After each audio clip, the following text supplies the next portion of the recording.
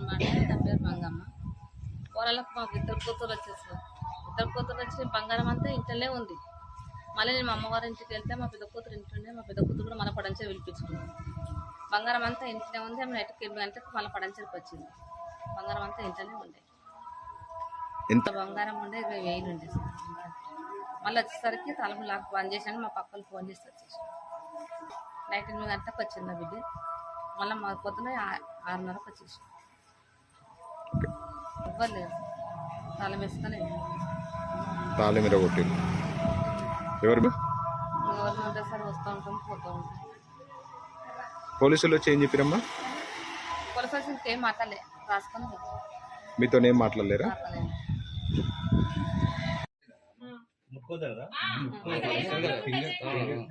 Finger print తీసుకుంటారు కదా.